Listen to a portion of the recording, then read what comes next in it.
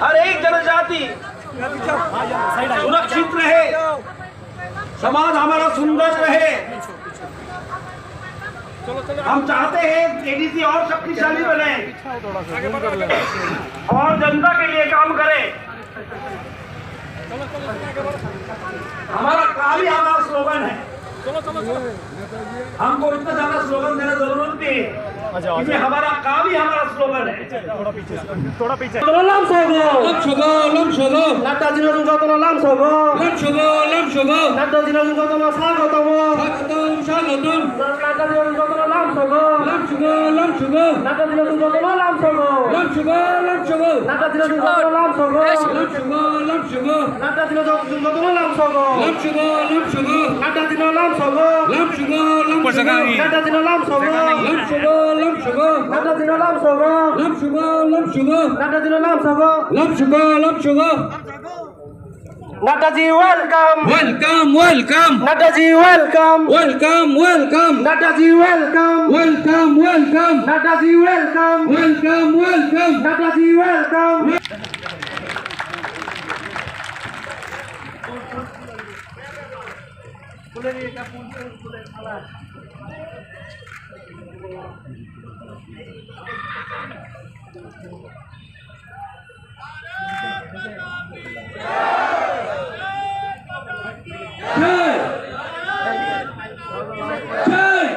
भारत माता के भारत माता के भारत माता के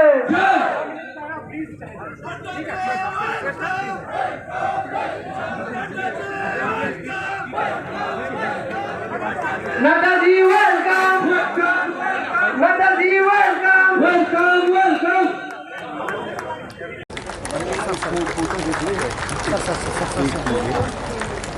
हमसे मांगता है आदर ताई सम्मान लेन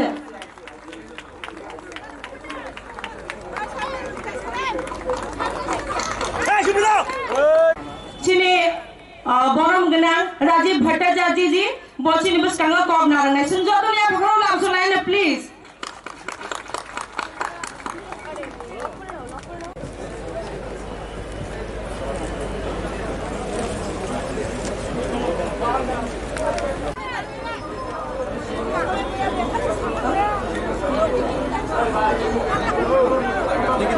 উপস্থিত রয়েছেন মাননীয় উপমুখ্যমন্ত্রী শ্রী জিষ্ণুদেব বর্মন মহোদয়, প্রাক্তন মুখ্যমন্ত্রী আদরণীয় শ্রী বরম গনা দোয়ারওয়াই আপনি আচারনা সিয়া পখরবে লামসং লেন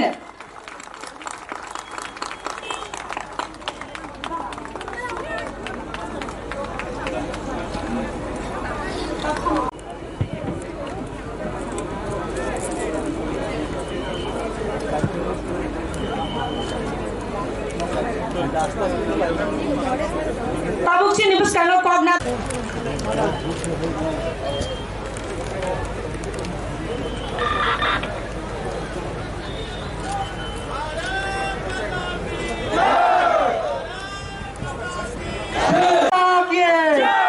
भारत माता के भारत माता के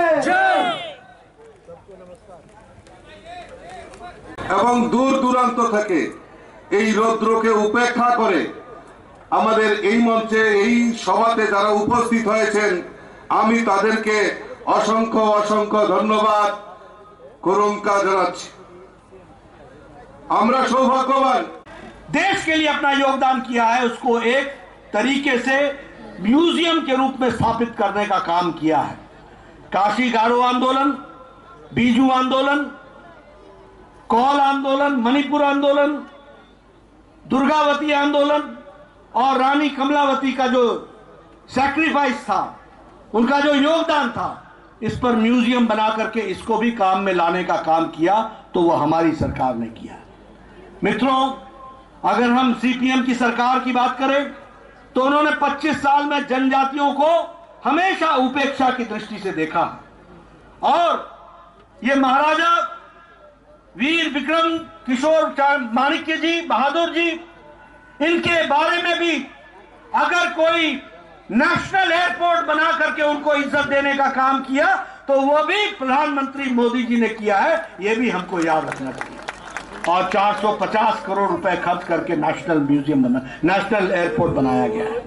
उसी तरीके से अगर हम देखें तो चाहे वो थंगा डारलोंग हो, चाहे वो बेनीचंद जमातिया जी हो, चाहे वो बॉल म्यूजिक हो, और फिर चाहे वो बांसुरी हो, पद्मश्री देकर के जनजाति भाई को मुख्य धारा में काम करने का काम किया तो प्रधानमंत्री मोदी जी ने किया।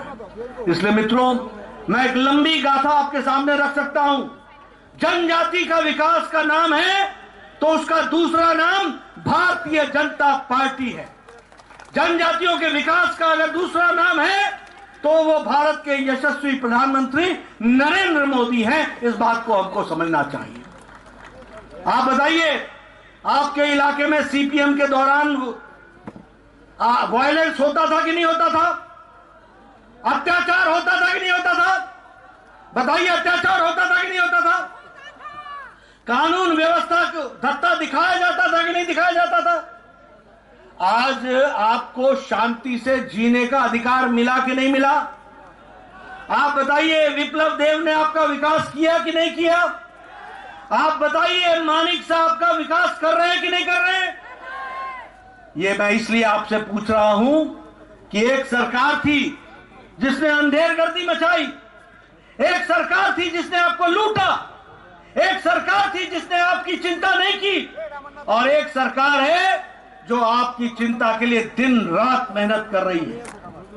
और इसलिए मित्रों, जब मैं इस जनसभा को संबोधित कर रहा हूं तो आपके माध्यम से 19 की 19 जनजाति भाई और बहनों को मैं भारतीय जनता पार्टी की तरफ से यह संदेश देना चाहता हूं कि आप ये समझ लीजिए कि जनजाति का विकास का पर्यायवाची है तो वो भारतीय जनता पार्टी है। अगर विकास को मूर्त रूप देने वाला डबल इंजन की सरकार का नेतृत्व करने वाले नेतृत्व है तो वो यशस्वी प्रधानमंत्री नरेंद्र मोदी है। और उसी तरीके से यहां पर आपको डबल इंजन सरकार की प्रसाद को आप तक पहुंचाने का काम अगर कोई कर रहा है तो मानिक शाह, राजीव भट्टाचार्य, जिष्णुदेव, विप्लव देव और ये तमाम मंच पर बैठे हुए लोग आप तक उसको पहुंचाने का काम कर रहे हैं। इस बात को भी हमको ध्यान में रखना चाहिए। इसलिए इस धूप में आपका ज्यादा समय न लेता हुआ, मैं समझ सकता हूं कि आप कितने कष्ट में हैं। मैं ये भी समझ सकता हूं कि आदमी तो छोड़ो, कैमरे को भी छाया दिखाया जा रहा है, उसके ऊपर भी तौलिया रखा जा रहा है। मैं गर्मी और धूप समझ सकता हूं, मैं पत्रकार भाइयों की भी तकलीफ समझ सकता हूं, इसलिए आपका ज्यादा समय नहीं लूंगा। लेकिन यह निवेदन करने जरूर आया हूं कि भारतीय जनता पार्टी सही मायने में आपकी चिंता करने वाली पार्टी है। भारतीय जनता पार्टी सही मायने में आपको मुख्य धारा में शामिल करने वाली पार्टी है। भारतीय जनता पार्टी आपके विकास के लिए शिक्षा, स्वास्थ्य, परंपरा, विकास, किसानों की चिंता, आपकी परंपरा को बचाने का काम ये कोई कर रहा है तो ये भारतीय जनता पार्टी कर रही है। और नेतृत्व तो हमें सबको मोदी जी का आशीर्वाद प्राप्त है। इसलिए आपसे मैं निवेदन करूंगा कि आप जनजाति क्षेत्र में किए गए कार्य को गहराई से समझें, जानें और भारतीय जनता पार्टी को आप आशीर्वाद दें। इन्हीं शब्दों के साथ बहुत बहुत धन्यवाद। इतनी दूर दूर से आए हुए हमारे सभी देवियों और सज्जनों, मेरे नौजवान साथियों, मीडिया के मेरे साथी, प्रिंट मीडिया, इलेक्ट्रॉनिक मीडिया के मेरे साथी, मैं अपना सौभाग्य मानता हूं कि मुझे आज इस जनजातीय सम्मेलन में, इस जनसभा में आप सब लोगों के साथ मिलने का, दर्शन करने का सौभाग्य मिला है। सबसे पहले तो मैं त्रिपुरा सुंदरी मां,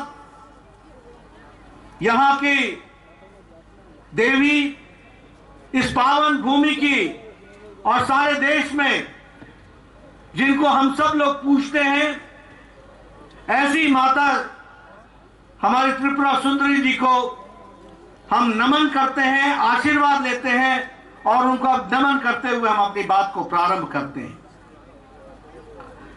जब मैं यहां आया हूं तो इस वीर भूमि को, इस पवित्र भूमि को, जहां महाराजा वीर विक्रम किशोर माणिक्य जी, जो बहादुर जी, जो यहां के राजा रहे, उसी तरीके से फनी भूषण जी, हमारे स्वतंत्रता सेनानी, शांति भूषण जी, हमारे स्वतंत्रता सेनानी, जिन्होंने त्रिपुरा की और देश की रक्षा के लिए अपने आप को, अपना अस्तित्व समाप्त करके ये लड़ाई लड़ी, ऐसे लोगों को, ऐसे वीर लोगों को मैं नमन करता हूं और उनसे आशीर्वाद प्राप्त करता हूं। मैं यहां सभी जनजाति नेताओं का भी आदर समेत उनको भी मैं नमन करता हूं। यह त्रिपुरा की भूमि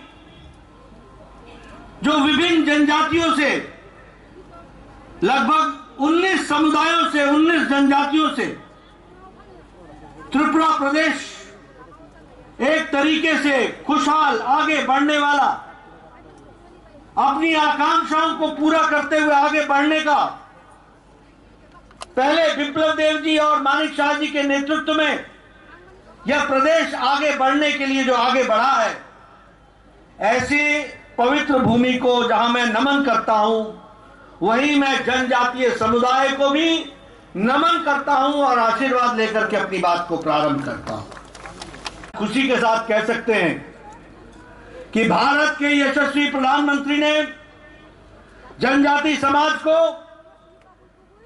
अमृतकाल के अवसर में 75 साल की आजादी के पश्चात भारत के सर्वोच्च पद पर अगर किसी को बैठाने का काम किया है तो वो जनजाति महिला आदरणीय श्रीमती द्रौपदी मुर्मू को वहां पर सुशोभित किया है, देश के सर्वोच्च पद पर। यह सबसे बड़ा सम्मान आजाद भारत में जनजाति समाज को और जनजाति समाज से निकली हुई साधारण परिवार से एक महिला, जिन्होंने जीवन को कष्ट में जीते हुए भारत की मूल्य और भारत की मूल धारणाओं को अपने साथ समावेश करते हुए जीवन व्यतीत किया, ऐसे महान विभूति को भारत की राष्ट्रपति बनाने का काम यशस्वी प्रधानमंत्री ने किया और जनजाति समाज को एक स्थान देने का प्रयास हुआ है। उसी तरीके से मैं जब जनजाति समुदाय के साथियों से मिल रहा हूं तो मैं ये गौरव के साथ कह सकता हूं कि पहली बार भारत सरकार में इतना ज्यादा प्रतिनिधित्व सरकार में जनजाति समाज को दिया तो नरेंद्र मोदी जी ने दिया। आज एनडीए की सरकार में 8 ट्राइबल मिनिस्टर हैं और त्रिपुरा में 5 मंत्री ट्राइबल हैं और वह जनजाति समाज को रिप्रेजेंट करते हैं। ये आपको मैं इसलिए बता रहा हूं क्योंकि हमने जनजाति समाज को भारत की मुख्य धारा का पार्ट माना, अंश माना। और इसके साथ साथ मैं ये भी बोलना चाहता हूं कि भारत रत्न अटल बिहारी वाजपेयी थे, किसी ने सुध नहीं ली जनजातियों की, किसी ने इनकी चिंता नहीं की। अगर ट्राइबल मिनिस्ट्री, अगर जनजाति मंत्रालय जनजाति भाइयों के विकास के लिए किसी ने भी स्थापित किया तो वो भारत के भारत रत्न अटल बिहारी वाजपेयी जी प्रधानमंत्री थे जिन्होंने इसकी चिंता की। और आज हमारे जनजाति क्षेत्र से संबंध रखने वाले आपकी तरह जमीन से निकले हुए अर्जुन मुंडा जी, आज वो भी मंत्री के रूप में हम सब लोगों को जीवन में जनजाति समुदाय की चिंता कर रहे हैं। ये tribal institute, national institute for tribals, इसकी स्थापना 75 साल बाद हुई है। यानी 75 साल में किसी सरकार को यह नहीं लगा कि नेशनल ट्राइबल इंस्टीट्यूट खुलना चाहिए। ये खोलने का काम भी किया तो वह मोदी जी ने किया और अमित शाह ने उसका उद्घाटन करके वह भी समर्पित किया है। यह भी हमको ध्यान रखना चाहिए। अगर मैं बात करूं आज दिन तक जनजाति गौरव दिवस ही नहीं मनाया जाता था। जनजाति गौरव दिवस के बारे में कोई चिंता ही नहीं करता था। पिछले साल भारत के यशस्वी प्रधानमंत्री ने हमारे यहां 15 नवंबर को भगवान बिरसा मुंडा के जन्मदिन को वह जनजाति गौरव दिवस के रूप में मनाने का निर्णय लिया और जनजाति समुदाय को गौरव प्रदान करने का मौका दिया। तो इस सरकार ने किया, यह भी हमको ध्यान में रखना चाहिए। आज जब मैं यहां आया हूं तो मुझे यह घोषणा करते हुए भी अच्छा लगता है कि भारत सरकार ने arm forces special protection act लगभग 46-66% लोगों के स्थान से उसको हटा दिया है और आपको मुख्य धारा में जीने का एक मौका मिल रहा है। उसी तरीके से 27 सेंटर्स ट्राइबल रिसर्च सेंटर के खोले गए, जिसमें से 50% सेंटर ऑफ एक्सेलेंस है, वो विकास की कहानी कहते। उसी तरीके से अगर हम देखें तो आज जनजाति भाइयों पर जो सीपीएम की सरकार में वायलेंस होता था, आज हम कह सकते हैं कि वह आक्रमण और वो वायलेंस, वो जो आपके ऊपर अत्याचार होता था, वह विप्लव देव की पूर्व सरकार में और मानिक शाह जी के नेतृत्व में अब समाप्त हो गया है। अब आप शांति से जी सकते हैं, इस तरीके की व्यवस्था की गई। जनजाति, भूटिया जनजाति, चकमा जनजाति, गारो जनजाति, जमातिया जनजाति और सभी 19 जनजातियों को भूल नहीं सकते हैं, क्योंकि उन्होंने त्रिपुरा की संस्कृति के साथ साथ भारत की संस्कृति की रक्षा के लिए मुख्य धारा में शामिल होकर के इस प्रदेश को और इस देश को आगे बढ़ाने में अपना योगदान किया है। वैसे ही जब मैं जनजातीय समुदाय की बात करता हूं तो हम लोग एक खूबी जनजातीय समुदाय के बारे में जानते हैं कि वह उनका चाहे जनजाति हो, चाहे उनका इलाका हो, चाहे उनका गांव हो, ये आत्मनिर्भर समाज की कल्पना, ये जनजातीय समाज की कल्पना से जुड़ा हुआ है। जहां जनजाति होती है वो आत्मनिर्भर होने के लिए अपने ही समुदाय के साथ आत्मनिर्भरता की ओर बढ़ने का प्रयास करती है। और हम सबके लिए बड़ी गौरव का विषय है कि प्रधानमंत्री नरेंद्र मोदी जी ने इस देश की जनजाति ताकत को पहचाना। भारत के यशस्वी मुख्यमंत्री ने, प्रधानमंत्री ने इस देश के जनजाति गौरव को पहचाना। यह जनजाति समाज सिर्फ देखने में सीधा साधा देशभक्ति नहीं है, यह वह समाज है जिसने जब जब इस देश पर कोई संकट आया है तो रक्षा करने के लिए जनजाति समाज हमेशा अग्रसर रहा है। ऐसे को पहचाना है तो हमारे प्रधानमंत्री मोदी जी ने पहचाना। बंधुगण, त्रिपुराते जाति जनजाति আমাদের এই যে মৈত্রী সেটা যেন সুদৃঢ় হয়, তার জন্য ভারতীয় জনতা পার্টির আমাদের কেন্দ্রীয় নেতৃত্ব এবং আমাদের যে যশস্বী প্রধানমন্ত্রী নরেন্দ্র মোদীজি সব সময় সর্বতোভাবে উনি চেষ্টা করেন এবং চেষ্টা করে যাচ্ছেন। আপনারা সবাই জানেন যে কোভিড মোকাবেলার সময় যশস্বী প্রধানমন্ত্রী নরেন্দ্র মোদীজির মার্গদর্শনে আমাদের এখানে উপস্থিত আমাদের রাষ্ট্রীয় অধ্যক্ষ জেপি নাড্ডাজি আমাদের কার্যকর্তাদের কিভাবে উদ্বুদ্ধ করেছেন। আমরা কেউ রাস্তার মধ্যে বেরোতে পারতাম না, তখন সেই জায়গার মধ্যে উনি আমাদের ভার্চুয়াল মিটিং করে করে সমস্ত কার্যকর্তাকে মাঠে নামিয়েছে, যাতে একজনও ব্যক্তি বিভিন্ন সময়ে বিভিন্নভাবে মানুষ যেন না খেয়ে থাকে তার জন্য ব্যবস্থা, না খেয়ে থাকতে পারে তার জন্য চেষ্টা করেছেন। আমরা খাবার পৌঁছে দিয়ে গেছি, কোভিড ভ্যাকসিনেশনের সময় উনার নির্দেশে আমরা কাজ করে গেছি। এইরকম একজন ব্যক্তিত্ব আমাদের মাঝখানে আজকে এসছেন। আমরা সত্যি আজকে আনন্দিত এবং সময় সময় উনি যে নির্দেশিকা আমাদের দেন তার জন্য ভারতীয় জনতা পার্টির সমস্ত কার্যকর্তা এবং সাধারণ মানুষ পর্যন্ত উনার যে সবসময় উনাকে দেখেন এবং উনাকে অত্যন্ত শ্রদ্ধার সাথে উনাকে সবসময় উনাকে ভাবেন। তো এইরকম একজন ব্যক্তি আজকে এসছেন, আমি আর বিশেষ কিছু বলবো না। আমরা ত্রিপুরা সরকার জনজাতিদের উন্নতির জন্য কি কি করে গেছেন বা আমরা করছি সেই বিষয়গুলো এখানে আমার পূর্ববর্তী বক্তারা রেখেছেন। আমি আর এই বিষয়ে এখানে বিস্তৃতভাবে বলবো না। যার জন্য আপনারা এখানে আছে, যার কথা শোনার জন্য আপনারা এখানে এই রোদ্রের মধ্যে আপনারা বসে আছেন, আমি और वो आज महान व्यक्ति हमारे बीच में है। मैं उनको भारतीय जनता पार्टी त्रिपुरा प्रदेश के तरफ से और जनजाति मोर्चाओं के तरफ से बहुत बहुत बधाई देता हूं। साथ ही साथ मंच पर उपस्थित हमारे यशस्वी मुख्यमंत्री डॉक्टर मानिक शाह महोदय, हमारे राष्ट्रीय अध्यक्ष जी हमारे बीच में आए हैं पहली बार त्रिपुरा में, वो भी खुमलंग आपके बीच में आए हैं, जनजातियों के बीच में आए हैं। सब एक साथ हाथ उठाइए, ऊपर मुष्टि बंद करिए, हाथ ऊपर उठना है, खुलना नहीं है। खुलेगा तो सीपीएम जाएगा अंदर। सब उठाओ हाथ ऊपर, बोलो भारत माता की, भारत माता की, जेपी नड्डा की, जेपी नड्डा की, नरेंद्र भाई मोदी की।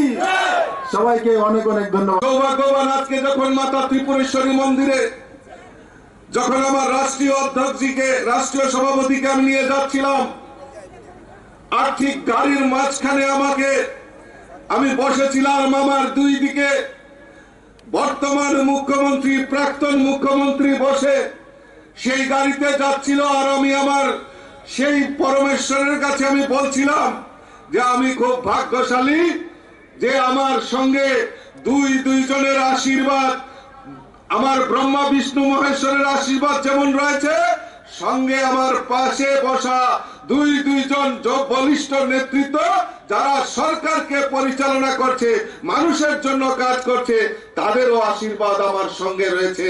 তাই কাজে আর আমার এই দেবদুর্লভ কার্যকর্তা যারা রয়েছে, যারা আজকে সমস্ত ভয় ভীতি উপেক্ষা করে, রত্নকে উপেক্ষা করে এই ভারতীয় জনতা পার্টির জনসমাবেশে আপনারা উপস্থিত হয়েছেন, তাদেরকে সঙ্গে নিয়ে 2023 আমাদের মিশন, 2023-এ এই ত্রিপুরা রাজ্যে 60 এই ত্রিপুরা রাজ্যে বিধানসভা নির্বাচন জয় করে আমরা এই পরমেশ্বর কাছে আমরা তাদেরকে উপহার দিতে চাই।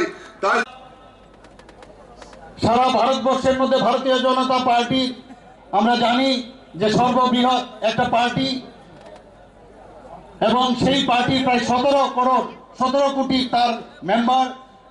সেই পার্টির আজকে রাষ্ট্রীয় অধ্যক্ষ আমাদের মাঝখানে এসছে, এর জন্য আমি ওনাকে স্বাগত জানাচ্ছি। ত্রিপুরাতে এই নিয়ে তিনবার চেষ্টার পর উনি বিভিন্ন কারণে ত্রিপুরাতে আসা হয়নি। এর আগে 2018-তে উনি এসেছেন।